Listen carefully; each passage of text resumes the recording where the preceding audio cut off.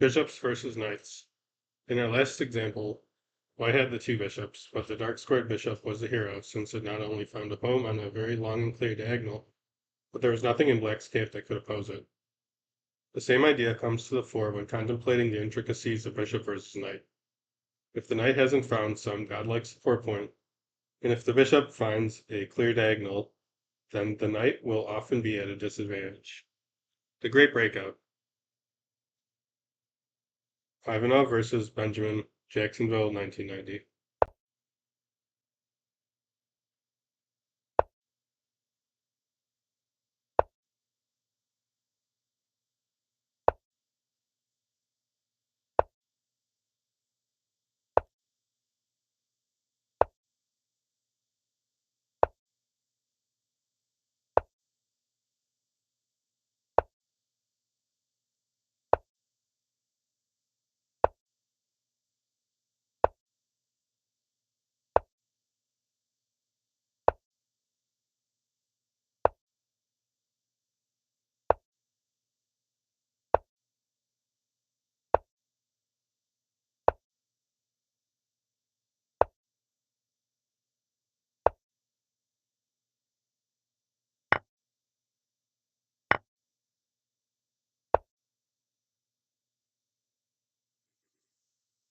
Now allowing black to retain the bishop pair.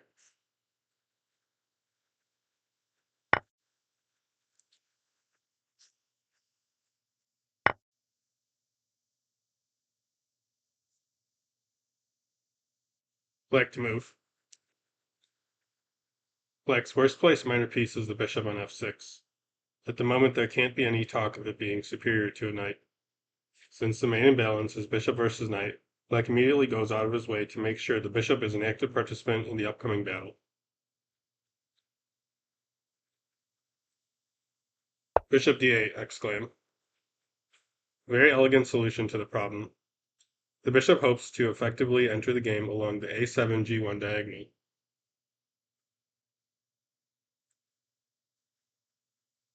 Via c7 c6,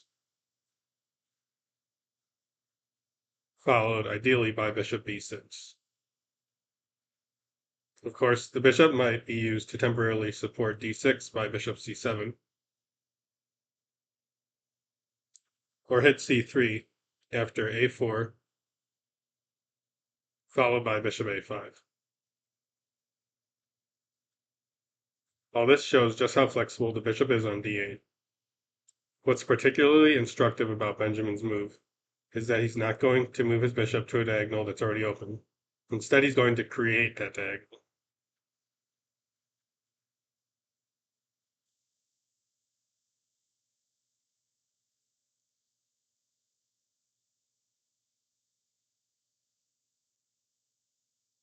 Note that bishop g5, queen e2, f5 is playable, though in that case, white is a bit better after knight to d3. A side with two knights usually does well to trade one of them. Knights don't work particularly well together.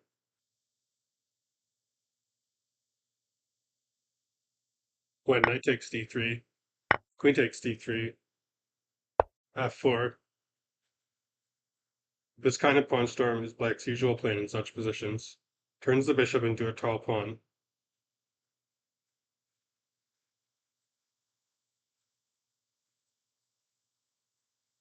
And knight takes e4.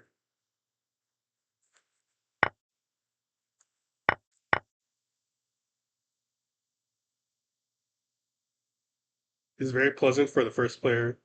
He owns the e4 square. His knight, in true octopus fashion, influences squares in every direction.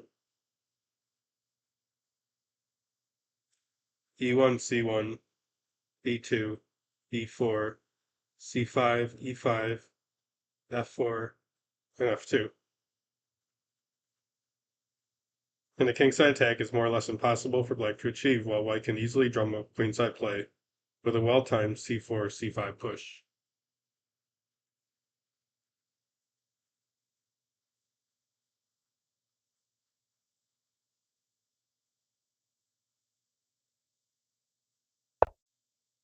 Rule. At times, there won't be any ready-made diagonals available for your bishop. If that's the case, see if you can create a useful diagonal for it.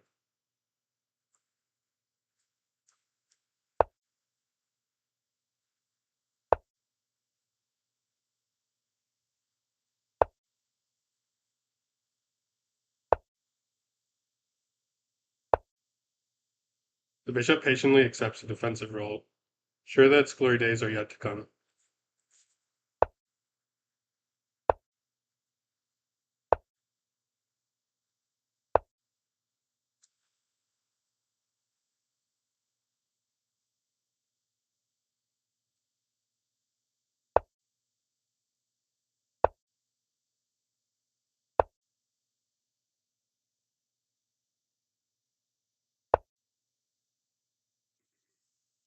With d6 safe, it's time for the bishop to shine.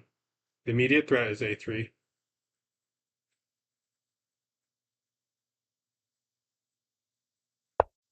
Rook c1, defending c3.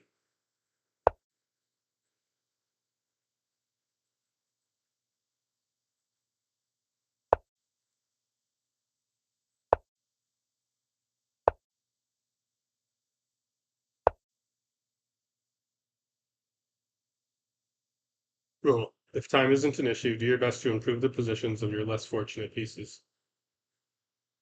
It's clear that black is doing well. His knight is better than either of white's. His bishop is ready to chop on c3 in many lines, while it's also ready to step back to b6, where combined with the f8 rook, it will add to the pressure against f2.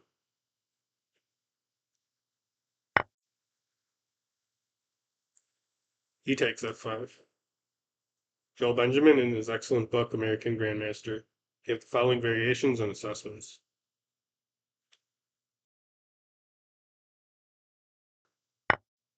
Instead of e takes f5,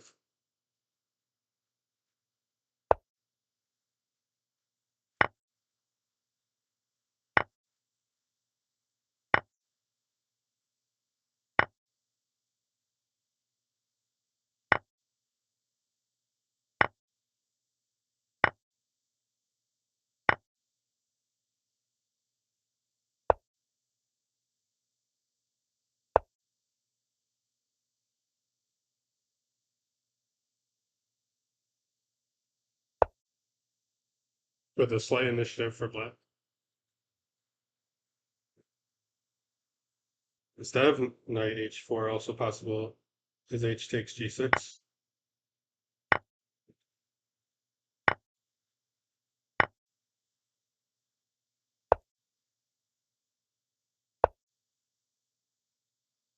With some advantage for black.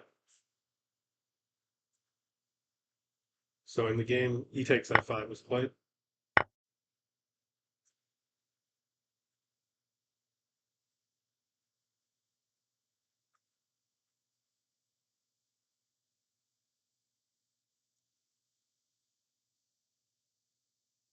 E takes f5 is not very good because knight h4 and knight g6.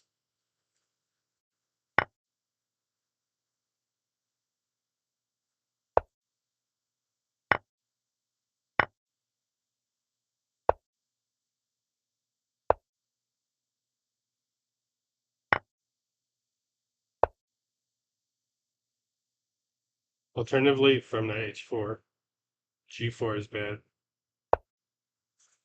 This fails to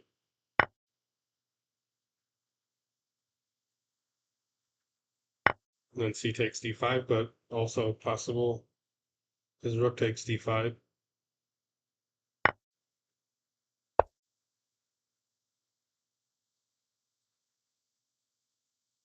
And they have to lose their queen because of the g4 pawn.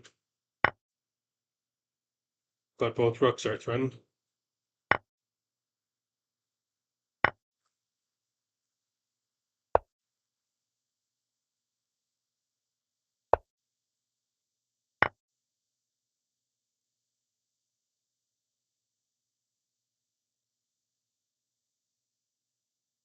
So this is minus 5.8.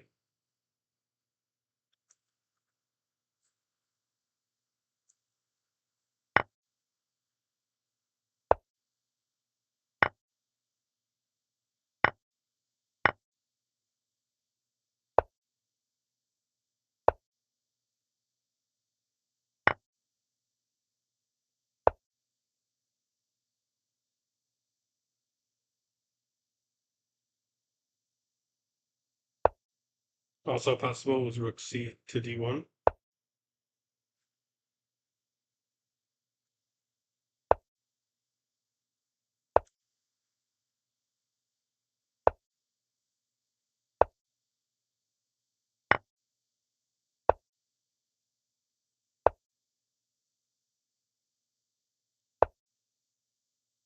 And white's dead.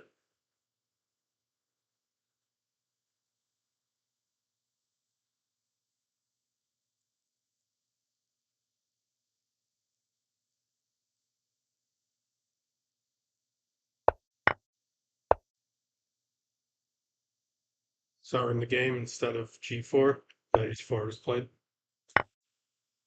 Rook takes h4, excluded. G takes h4 was played in the game.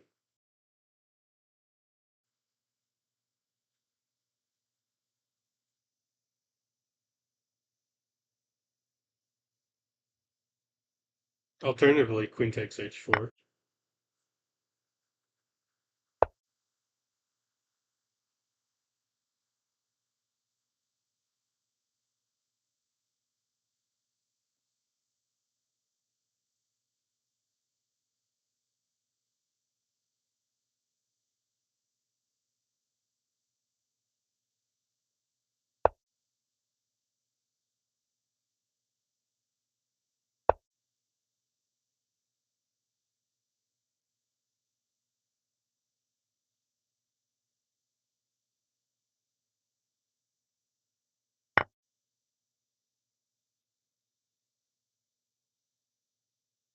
So all these moves are good. Queen f3, queen f2, bishop d8 is also good.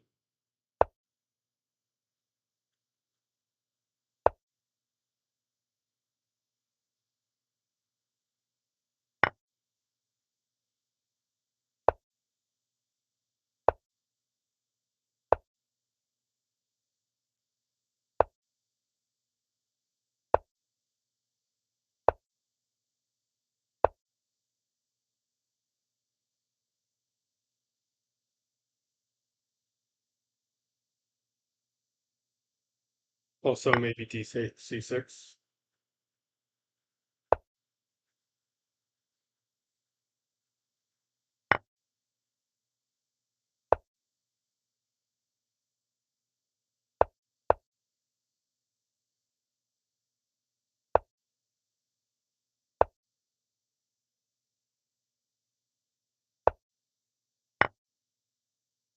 And this is winning. It's -7.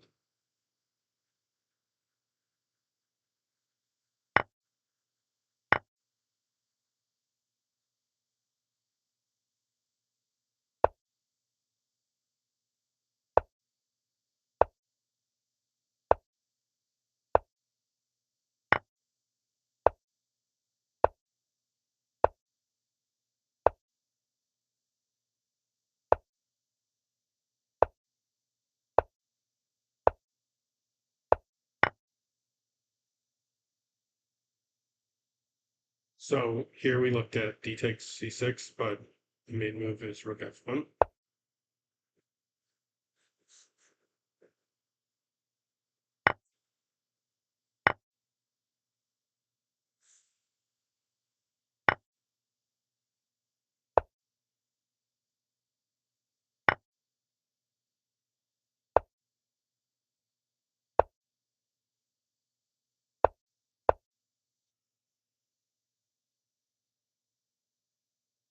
This defends against queen d7 check by defending the bishop.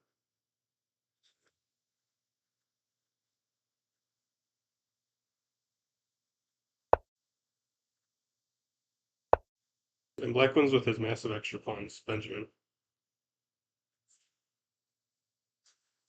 So after rook takes h4, the move in the game that was played was g takes h4, and we just looked at queen takes h4.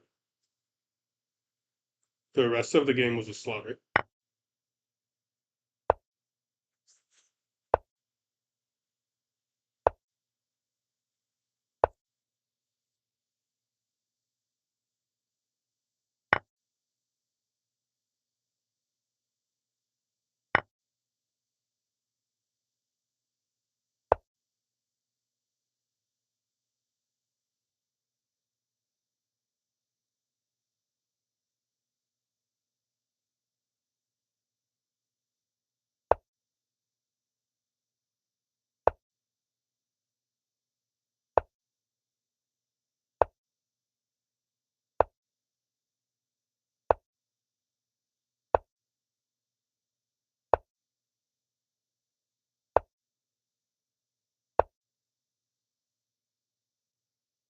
Both sides were in serious time pressure and were rushing to reach move 40.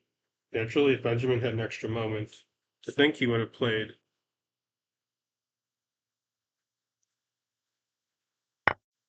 Rook takes h4, exclaim. Wait. But he played queen e6.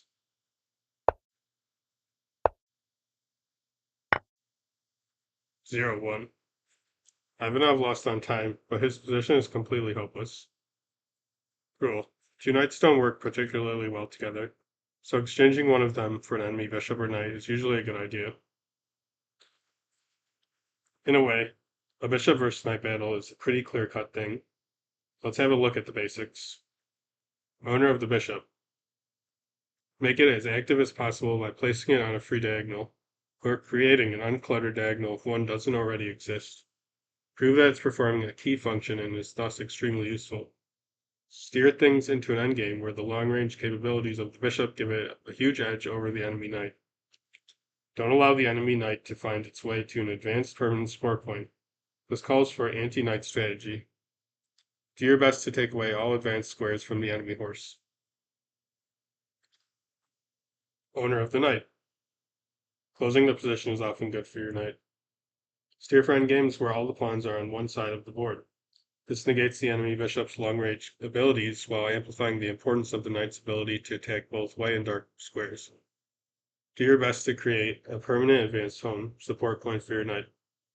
If a tasty support point exists, but it seems a long way away, and/or very difficult to reach, try hard to find a way to get there. It might take several hours, but that's what moves are for, to place your pieces on their best squares so they can exert maximum effect on the board. Avoid trapped knight syndrome. Many a knight has been lost when it found itself trapped by the enemy bishop. Let's take a look at some of these ideas.